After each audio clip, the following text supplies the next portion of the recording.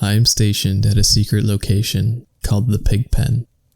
Reality doesn't work in this place. They call it the Pig Pen, but I've yet to see a pig anywhere in this place. The farmer trods around like he's in a trance, never once acknowledging our existence. He walks to the barn every morning at exactly 0600, spends 2 hours there just staring at the wall, before he takes the tractor for a stroll around the field. He drives in a useless loop for 3 hours before he returns to the house where he will sit down and pretend to eat his lunch. His wife never leaves the kitchen table. She just sits there smiling, all day, all night. I don't even think she blinks. I have no idea how they're still alive. No one has ever seen them eat or drink. There were kids at one point, I've been told. I don't know what happened to them. We're not supposed to mention anything that strays too far from the current narrative. The runtime version is all that matters. One of the guys in my unit, a young lad named Brad, asked too many questions. He was quickly replaced. They wrote to say he'd been relocated, but I don't know. One day he was there, the next he was gone. No one saw him leave, and we got eyes on this place 24/7. A simple letter nailed to the front door explained the situation to us. No one seems to know how it got there. There's really no one in charge. We're all just hired guns, but somehow we all wake up knowing what our task is. Who's going where, what shift we're on, who to let out, and who to put down. Some of the veterans have been here for decades, but even they act like there's no authority, like we're all equal cogs in the machine. I don't know, man. I have a hard time accepting it, you know? I knew this place was weird and all, but some of the stuff that goes on here just gets inside your head and fucking stays there on repeat forever. I could tell you hundreds of stories, and I've only been here a year. Imagine all the fucked up shit the veterans have seen. My first week was the worst. I mean, it takes months to even get remotely used to the absurdity of the day-to-day operations, but the first week is like waking up in a different universe where everything looks familiar, but nothing behaves the way it should. Your brain can't handle that. It's not even the really weird stuff that gets to you, it's the minor details. Like the way the farmer sits. His ass never touches the chair. It hovers inches over it. Or how his wife is missing her ears. They're not just gone, like severed or anything, it's like they were never there. Or how the tractor doesn't make a sound. You can see the smoke from the engine, you can clearly see the tires digging into the ground, but there's nothing. Just silence. I don't know why, but these things bother me more than all the really obvious weird shit. It's like, yeah, there's some extremely fucked up shit happening, and I can clearly see that it's fucked up, so my brain can sort of acknowledge that, yeah, you're right, it's fucked up. But the little things don't really register like that. It's like your brain has a blind spot. Like it registers something, but then pretends it's all fine and normal. Then you suddenly wake up one night wondering why the hell every window is painted on. Not a single one is real. Not even on the fucking tractor. And then you just sit there thinking, that's pretty fucking weird. There was this one guy that came into the pen around the same time I did. Can't remember his name, but he was a big burly fellow, you know, the strong silent type. He lasted 3 days before they found him dangling in his own guts from the rafter inside the barn.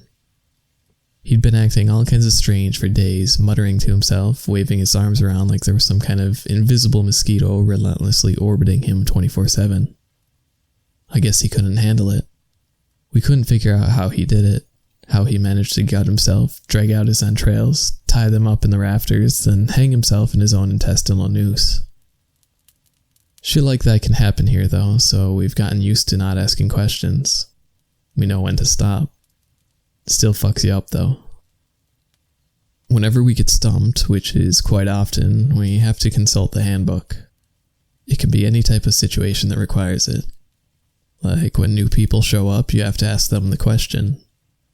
There are like 60 correct responses to it, so we usually have to look it up just to be on the safe side. You don't want to let anyone in that doesn't belong here, that's for fucking sure. Or you need the book when there's a new sound. You see, the sounds aren't always where they should be. Like the tractor, there's a good chance that it does make a sound, it's just that we haven't found the place the sound could be heard yet. The handbook can point you in the right direction when shit like that comes along. If you pair the correct object with the correct sound, another object and sound will eventually appear, or some new task will ultimately reveal itself, and you will have moved along the runtime version of the narration. That's when shit gets truly interesting. The handbook itself is a peculiar thing. You don't get one at first because you're not supposed to think for yourself until you've been here 6 months. On that day, you'll find the handbook in the pocket of your jacket, pants, or whatever you wear that have compartments big enough to fit it. Every handbook is unique, but they all resemble a kid's activity book, with drawings to color in, connect the dots, riddles, cartoons, stuff like that. Some of the pages have been filled out, by the looks of it, by a 7 or 8 year old child. You'll find what you're looking for there. If it is a question that needs asking, the answer, or at least something leading to an answer, will be there. But don't ever, ever fill anything in yourself. There's no telling what will happen, but I can assure you it's never anything good. When a task has been solved, the narration will move along, the runtime version will update. This can mean a lot of things, but usually something utterly absurd, or more often than not, something truly horrible. I mentioned the kids that used to be here. They won't tell me what happened to them, but I can tell by the looks on their faces that it wasn't pleasant. I've seen about 30 updates, every one a fucking masterpiece of unwholesomeness. I don't have time to elaborate on all of them, but I'll touch upon a few later. The only thing you need to know right now is that it can get really dangerous if something disturbs the update. Every once in a while, someone will show up at the gate. Usually they come in pairs, but sometimes they're alone too. They'll look familiar, like you've maybe passed them on the street, or maybe they remind you of a friend, or a long-forgotten crush. We all find them familiar, and they'll talk to you like they know you. It's really unnerving because if you don't have your guard up, they'll slip past you. And if they do, well, let's just say you'll be spending weeks collecting human body parts. Don't worry though, they won't harm you. They'll kill themselves is all. They take great pleasure in inventing new gruesome ways to off themselves. We call them the neighbors. I don't know why, I guess it's just one of those things. The thing is, you can never really tell them apart from the people that actually belong here. That's the trick, you see. You ask them the question. The neighbors will always get it wrong, so they'll try to avoid answering, hoping you'll slip up and let them through. The tenants, on the other hand, will always answer correctly. If you don't let them in within a minute or so after answering, well, let's just say you'll still be collecting human body parts, they'll just be your own. The tenants come and go as they please. We're not sure what they are, but they don't seem to be part of the narrative. They move freely, they don't talk, and they're always taking notes in their handbooks. They'll do this for 6 days straight and they'll be gone. Like, literally gone. No one has ever seen them leave. Shit like that, man. Always shit like that.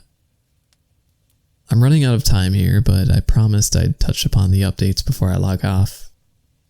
Whenever we set something straight, shit will happen, but it rarely happens right away.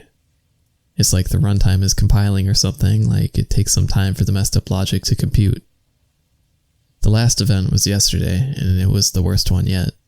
Even the veterans agree, and that there should tell you something. It started out just fine, or as fine as anything can go in this place. Ham, we call him Ham, his real name is Jim Hampton, had just paired the silent toaster with the sound he found hidden in a suitcase discovered submerged between 2 rocks in the river. Now, Ham was new, 2 months, so he really shouldn't have done it. He was supposed to shadow one of the veterans, Carlos, but he must have lost him at some point. Ham came running back around noon, 2 hours before Carlos returned. He went straight for the kitchen and put the toaster in the suitcase. We heard that satisfying pop, and for a brief moment we forgot who had brought it. That was the first mistake. Once we realized what Ham had done, we had no choice but to run damage control. Ham isn't here anymore is what I'm getting at. Don't worry, we didn't off him, we just sent him out the gate. That's sometimes worse than offing them though. Anyways, the runtime started updating without hiccups once Ham was gone, before all that manner of weirdness erupted. Things popped in and out of existence. The farmer stabbed John with a pitchfork. The vertical bar became horizontal. The dinner party stopped dancing. All signs of an update struggling to compile. We let out a collective sigh of relief once things went back to their usual level of bizarre. When the weird get weirder, you know you're in for a shitstorm if you don't fix it post-haste. We anxiously awaited the runtime to finish the update, to see what hideous horror comes next when the gate lit up. Someone was at the door. It wasn't a good time, to be honest, but we didn't really expect any problems. Probably just the neighbors. Irina volunteered to do the greeting. She wanted the practice. She'd just celebrated 6 months a week ago. That was the second mistake. Don't get me wrong, Irina was a professional. Russian military, intelligent, black belt, all-around badass. But she'd never dealt with an outsider before, let alone two of them. If you can't identify them as outsiders and just let them in, you're basically fucked. And these guys were smart. They knew the answer, they looked just weird enough that you'd take them for a tenant, and they were identical twins. Irina never stood a chance. As soon as the male twin's foot breached the threshold, her skin twisted like you would a wet sock until it tore and she collapsed in a pool of her own blood and liquefied innards. The second twin, the female one, stepped over her corpse with a horrified expression on her face. I knew we were fucked right then and there. The vertical car started glitching in and out of existence erratically, and we heard the girl's voice cry. I'd never heard it cry before.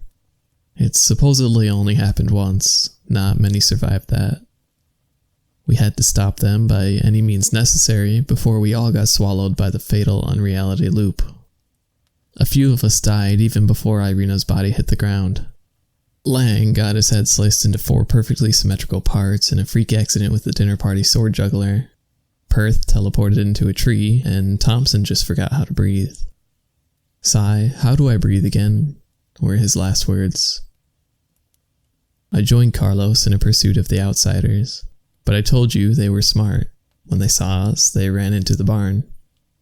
They had to know, right? We can't find them there. Those are the rules. You can hide forever in the barn.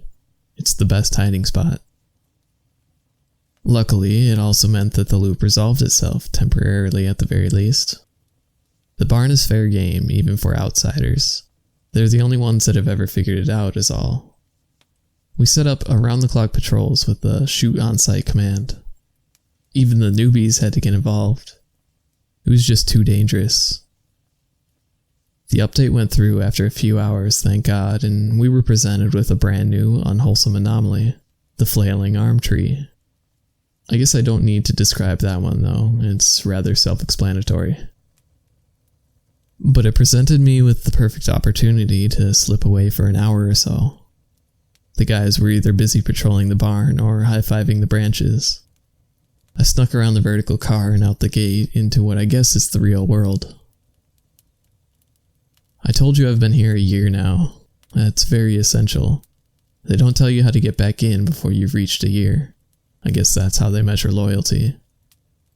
I found the phone you stashed. I'm surprised it's still functional, but I guess you know what you're doing. You were right, though. I got in without problems. A few months of training, a bunch of psychological tests, some minor torture sessions, but nothing too taxing. I can handle it. Now that I can update regularly, I'll try to find what you're looking for. But I can't be away for much longer, so I have to end it here.